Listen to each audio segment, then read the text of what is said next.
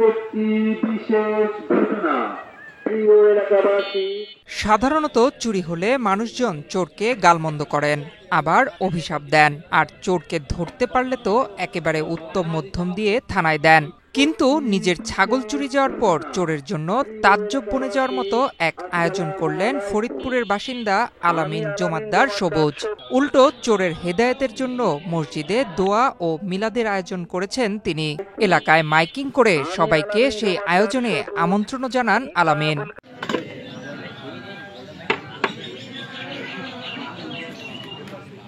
২৬ September শুক্রবার জুমার নামাজের পর উপজেলার রায়পুর ইউনিয়নের রঘুনাথপুর গ্রামে এ ঘটনা ঘটে। প্রায় এক মাস আগে ওই গ্রামের বাসিন্দা আলামিনের দুটি ছাগল চুরি হয়। এক্সট্রিম মশার কয়েল প্ল্যান্ট ফাইবার দিয়ে তৈরি, তাই সহজে ভাঙে না, সুগন্ধিযুক্ত ও নিরবিচ্ছিন্নভাবে জ্বলে। ডেঙ্গু, চিকুনগুনিয়া বাহি সহ যে কোনো মশার বিরুদ্ধে দেয় এক্সট্রিম সুরক্ষা। ছাগল দুটি চুরির পর ক্ষোভ হলেও পরে ভিন্নধর্মী চিন্তা করেন আলামিন। তার বিশ্বাস, মানুষ কখনো অভাবে আবার কখনো লোভের কারণে অপরাধে জড়িয়ে পড়েন। তাই চোরের প্রতি ক্ষোভ প্রকাশ না করে বরং আল্লাহর কাছে দোয়া করা উচিত, যাতে সে তার ভুল বুঝতে পারেন ও সঠিক পথে ফিরে আসেন।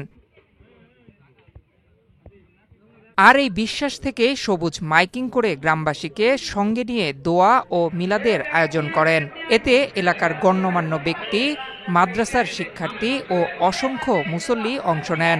উপস্থিত অতিথিরা আলামিনের এই উদ্যোগকে সাধুবাদ জানান। স্থানীয়রা বলেন, সাধারণত চুরি হলে মানুষ চোরকে অভিশাপ দেন, কিন্তু এ ধরনের আয়োজন সমাজে মানবিকতার এক অনন্য উদাহরণ হয়ে থাকবে।